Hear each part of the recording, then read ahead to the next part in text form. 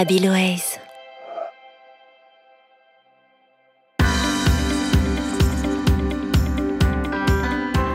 Suis-je libre du contenu de mon contrat? Oui, si c'est légal. Le Code civil permet aux particuliers, comme aux entreprises, de contracter ou non, de choisir son co-contractant ou même le contenu du contrat. Ainsi, acheter sa baguette est tout autant un contrat que conclure une vente entre professionnels. Toutefois, cette liberté contractuelle est encadrée pour protéger les parties au contrat.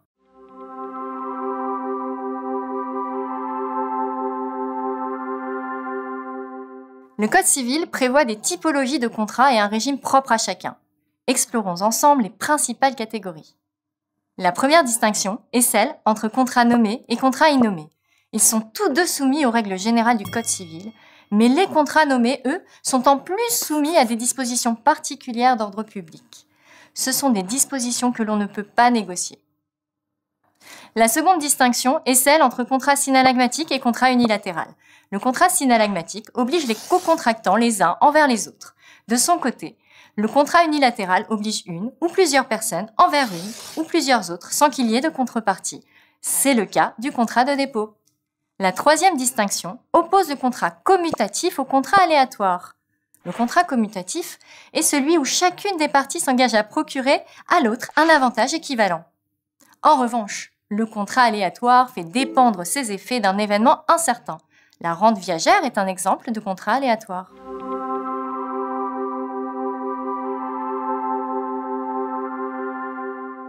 Autre distinction, le contrat d'adhésion, qui est non négociable. C'est l'exemple de la souscription à un abonnement téléphonique. Le contrat d'adhésion, très courant pour les consommateurs, s'oppose au contrat de gré à gré, qui est conclu après une phase de négociation.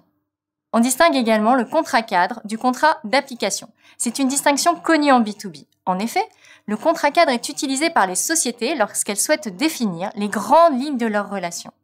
Elles optent ensuite pour les contrats d'application de ce contrat cadre quand elles définissent les modalités de mise en œuvre. La dernière distinction que nous verrons est celle qui distingue les contrats en fonction de la chronologie de leur exécution.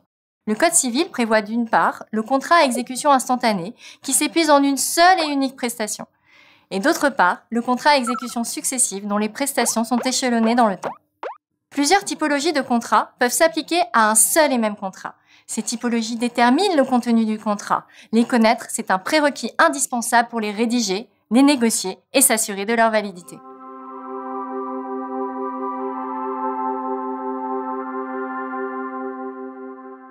Pour pratiquer, je vous propose de définir la typologie d'un contrat de souscription à un club de sport.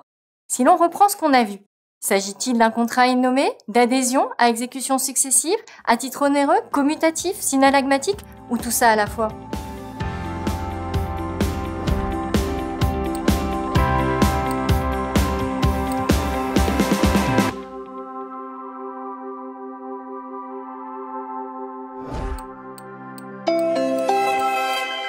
Habiloaise.